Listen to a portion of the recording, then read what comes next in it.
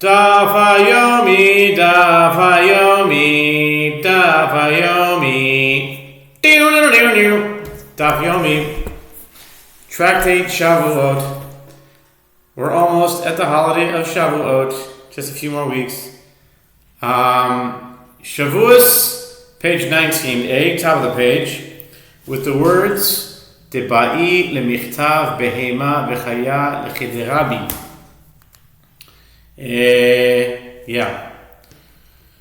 Ketiv nami sharetz kidetade Rabbi Ishmael kol parasha shnemash v'nishnes lo nishnet el b'shvil devar shines chadash bo. The Torah needs to write both domesticated animal and undomesticated animal in the verse or the carcass of a non-kosher undomesticated animal or the carcass of a non-kosher domesticated animal to teach that the halacha that the school of Rabbi Yehuda Hanasi taught, C7a, creeping animal, is also written even though there is no novel element taught by the addition of that term. This is in accordance with what was taught in the school of Rabbi Ishmael. Every passage in the Torah that was stated and repeated was repeated only for the novel element introduced therein. It is the style of the Torah to repeat an entire passage to teach even one additional halacha, in this case, that which was taught by Rabbi Yehuda Hanasi. Rabbi Eliezer, I ba ma'avid le'mitasek. The Gemara asks, and Rabbi Eliezer, who maintains that in general it is not necessary that the unwitting transgressor know precisely which prohibition he violated, what does he do with the words in which he sinned, the words from which Rabbi Yehoshua learned that there is no liability to bring an offering unless he knows precisely which sin he committed? The Gemara answers, according to Rabbi Eliezer, these words emphasize the fact that one is liable only when he intends to do the prohibited act, to the exclusion of one who acts unawares and has no intention to perform the action. That is to say, if one was preoccupied with another matter and acting unawares, he transgressed a prohibition, he is not liable to bring a sin offering. Rabbi Yochanan Amar, Mashmaus Dorshin Yikabenayu. Chen Rav Sheshis Mashmaus Dorshin Yikabenayu.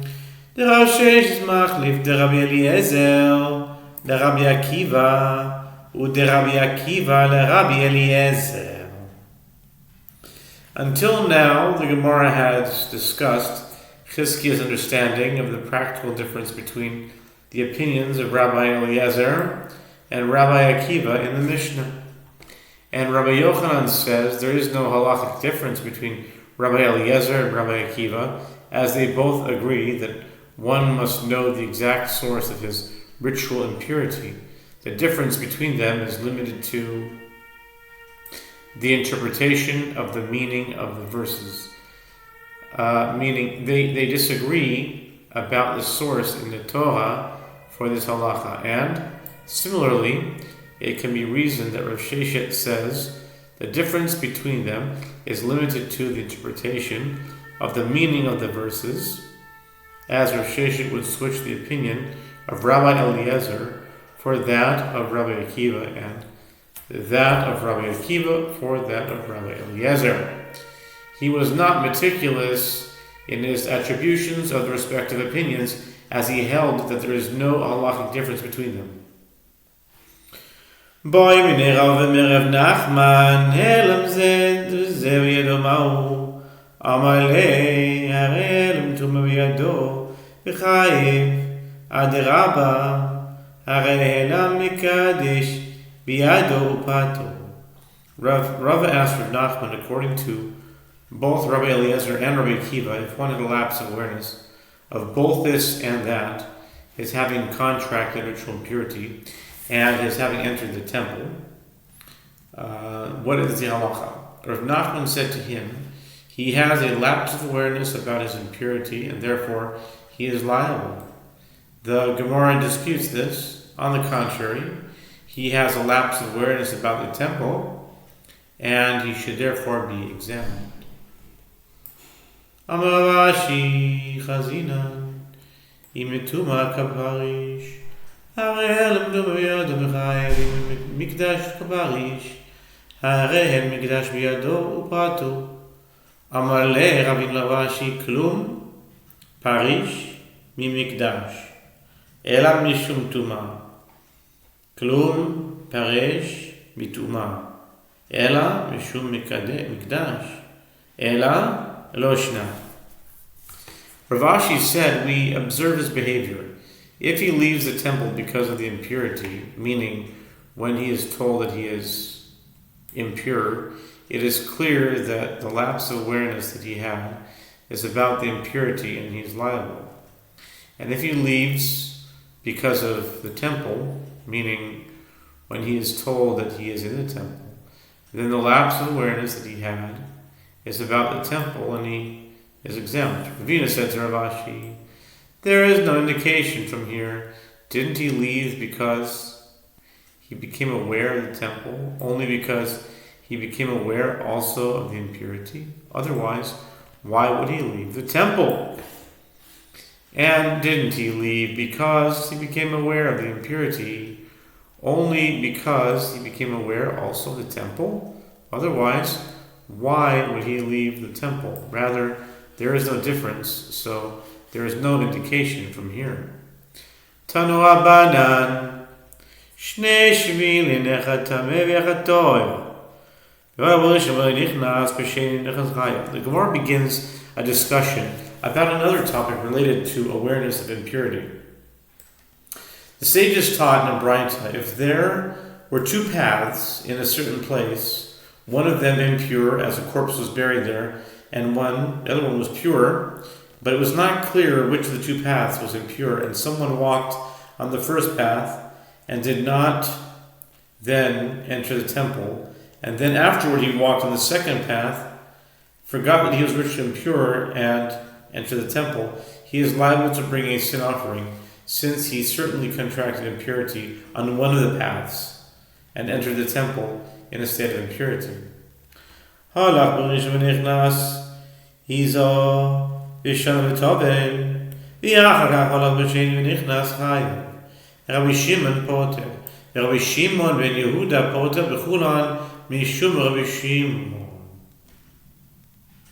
If he walked on the first path and entered the temple, and on the third day he was sprinkled with waters of purification to purify him from the uncertain impurity imparted by a corpse, and on the seventh day he was sprinkled upon again, and he immersed himself in a ritual bath, thereby completing his purification, and then afterward he walked on the second path and entered the temple, he is liable to bring a sin offering, since one of the paths was certainly impure, and he entered the temple after having walked on it. Rabbi Shimon deems him exempt in this latter case because neither time that he entered the temple was it certain that he was impure. The first time because he might not yet have become impure, and the second time because he might already have purified himself. And Rabbi Shimon ben Yehuda, in the name of Rabbi Shimon, deemed him exempt in all these cases. Bechulan, the Gemara asks, does Rabbi Shimon ben Yehuda really exempt him in all these cases?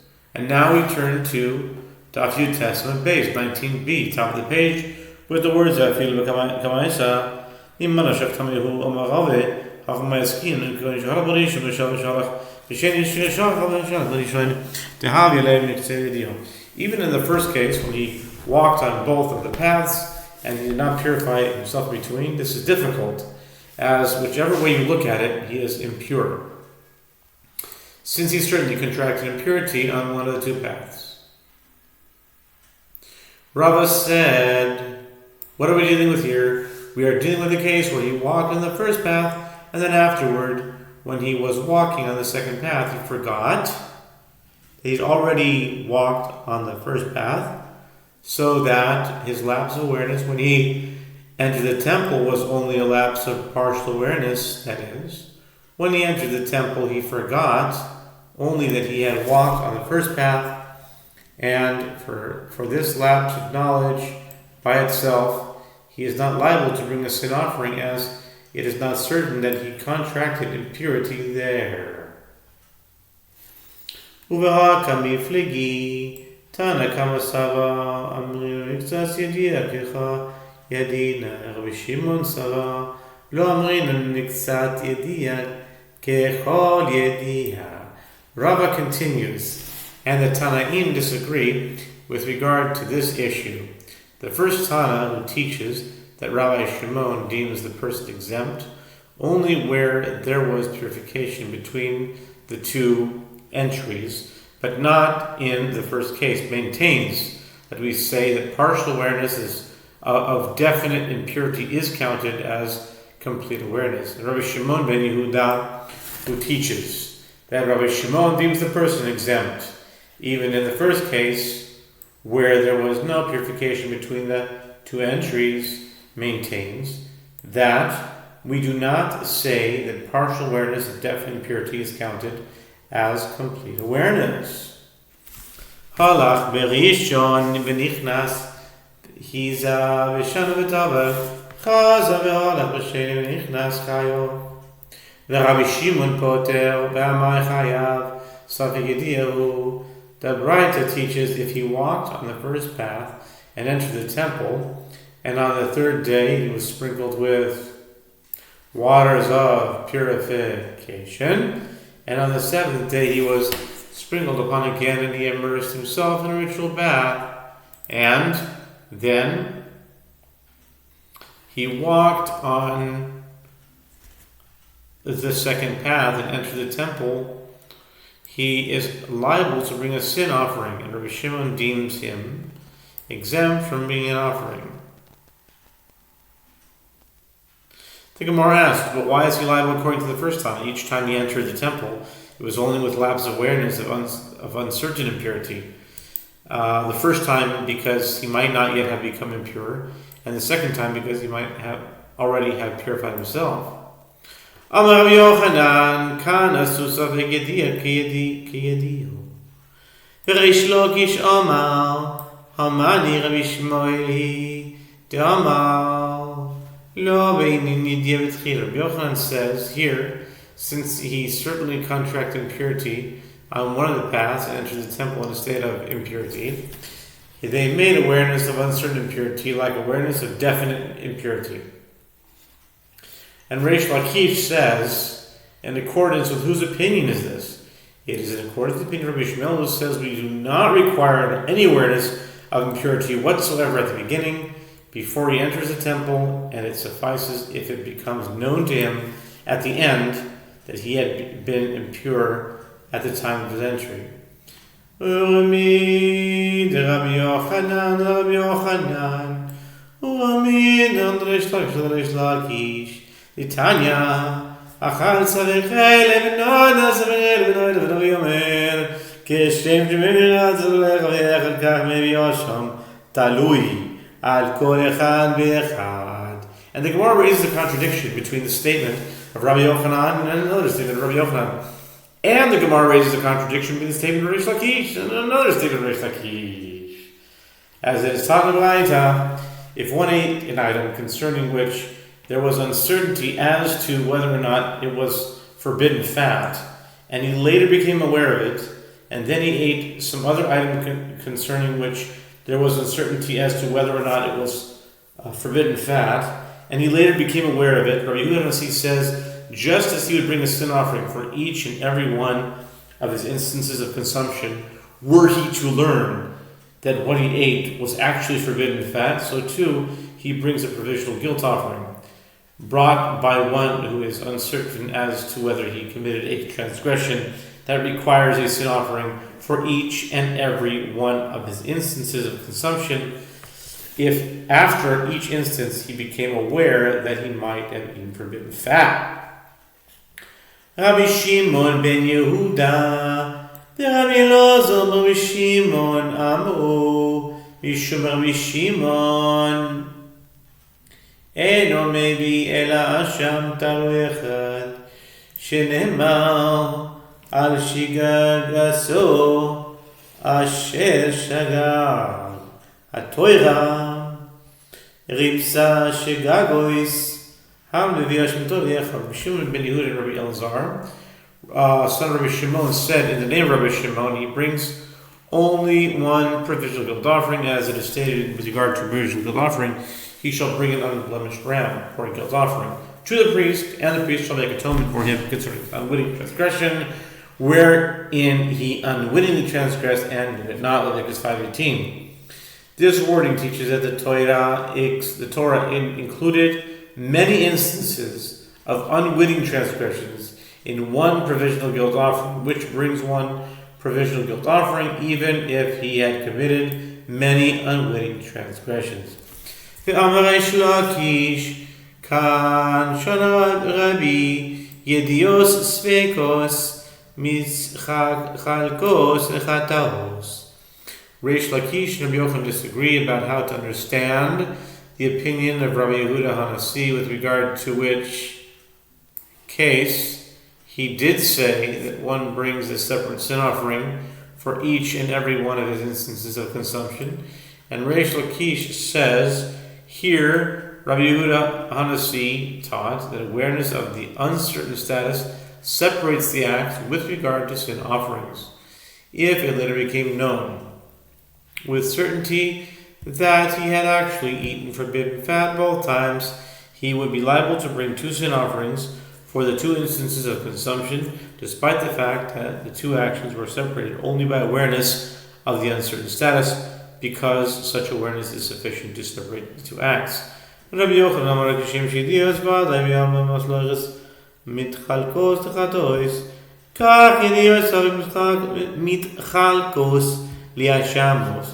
And Rabbi Yochanan says Rabbi Yehuda Hanasi does not mean to say that awareness of the uncertain status separates the act with regard to sin offerings. He merely established the principle, just as definite awareness in general separates the acts with regard to sin offerings.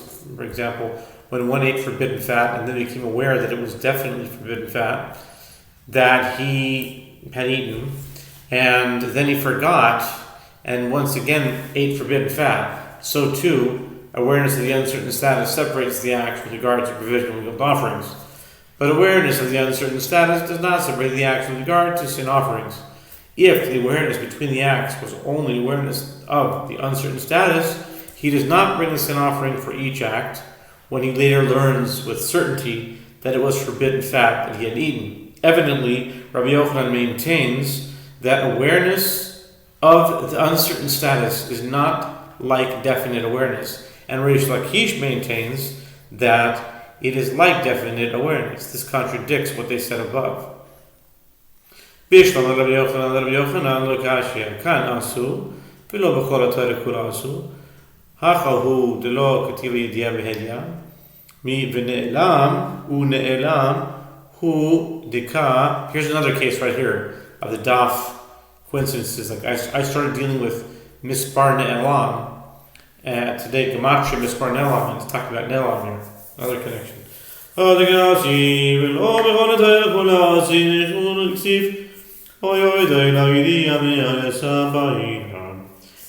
Gemara comments, granted, the apparent contradiction between the statement, one statement of Rabbi Yochanan and the other statement of Rabbi Yochanan, is not difficult, as one can explain that Rabbi Yochanan is precise in his wording, as he says here, with regard to impurity in the temple, they made awareness of the uncertain status like definite awareness, but they did not do so everywhere in the Torah.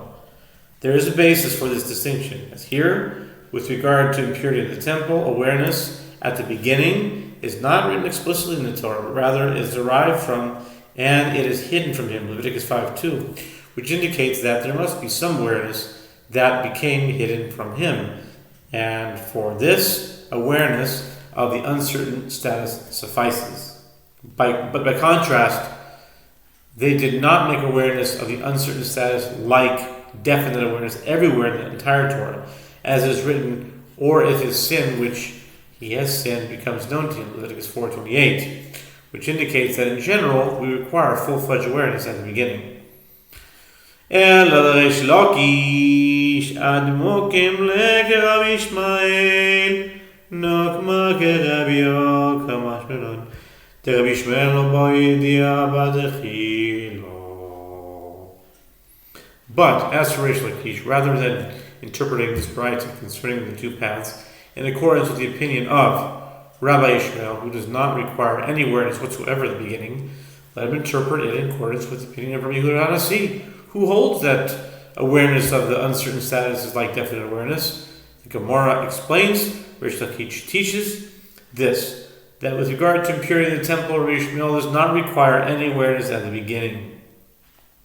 Pshito, Deloi Boyim Deloi Mit Yari Lekrai Venelam, Divichayav al Elam Mikdash, Ma'ud Tema. The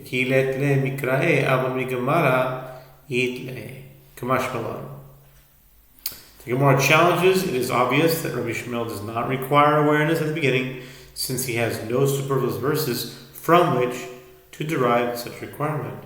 Rabbi Akiva learns from the superfluous verse, and it is hidden from him, Leviticus 5:4, that awareness at the beginning is necessary, but Rabbi Ishmael says the verse serves to teach another halacha, that one is liable to bring an offering for lapse of awareness that he was entering the temple. The Gemara rejects this challenge, lest you say, when Rabbi Ishmael does not accept this halacha requiring awareness at the beginning, it means that he does not derive it from a verse, but he accepts it as a tradition. To counter this, Reish Lakish teaches us that according to Rabbi Ishmael, there is no requirement whatsoever for awareness at the beginning. And with that, we start the new Mishnah. A new Mishnah, the new Mishnah, right now. Yediot Atum Shtaim Shein Arba. Nitma v'yoda v'nelama v'imenu Atuma v'zachoret HaKodesh. Shevuos Shtaim Shein Arba. Shevuos She'achalti v'shle'achalti. With regard to oaths attesting to the truth about an utterance, which, when violated, render one liable to bring a sliding scale offering, there are two types, there are actually four types. The initial two oaths, which relate to utterances about the future and are explicitly prohibited in the Torah, are, on my oath, I will eat, or on my oath, I will not eat. Two types, positive or negative, about the future. These are expanded to four to include oaths concerning utterances about the past. On my oath I ate, or on my oath I did not eat. It's interesting because I would think that whether it's past or present, they're both the same, but apparently not. They're differentiated here. I mean, it's not the same in terms of it's not literally the same, but I wouldn't see any difference to give it a new category. Let's put it that way. Shevuos lo yachal v'achal kol shu chayav. Divrei Rabbi Akiva amru lo Rabbi Akiva, heichal matzinu v'oichel kol shu chayav, shezeh chayav. Amru lo Rabbi Akiva, heichal matzinu b'medaber v'mevin korban, shezeh medaber v'mevin korban. If one says, on my oath I will not eat something, let's say, and he then ate any amount, even less than an olive bulk, he is liable. This is the statement of Rabbi Akiva. The rabbi said to Rabbi Akiva, where do we find that one who eats any amount is liable? Leading you to say that this person is liable. Rabbi Akiva said to them, and where do we find one who speaks and is liable to bring an offering for it, as this oath taker merely speaks, takes an oath, and brings an offering for it? I don't think he answered them. Did he? Where do we find that one who speaks and is liable to bring an offering, as this oath taker merely speaks? I don't see how he answered them. Okay, whatever. Maybe we'll find out later on. The Gemara says,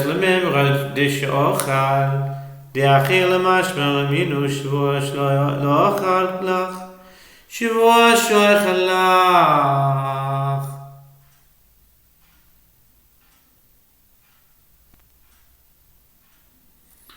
Yehoshua shelach alach asur.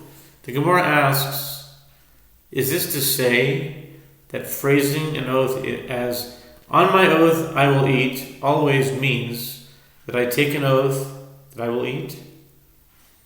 The Gemara raises a contradiction from a Mishnah in the Dharma 16a. If one says, "on my oath I will not eat of yours," or "on my oath I will eat of yours," or "not on my oath I will not eat of yours," the food of the other person is forbidden. Amar Abaye le'olam de'acher l'mashma le'kashya kan b'misabrin bo le'echol kan b'she'en misabrin. I'm guessing bo le'echol. What's the next case? Next daf, and we'll finish it gabbling tomorrow. Abaye said saying "on my oath I will eat" means that I take an oath that I will eat. It is not difficult because there is a difference between the contexts of the Mishnayot. Here it is referring to an oath taken in a context where others are importuning him to eat.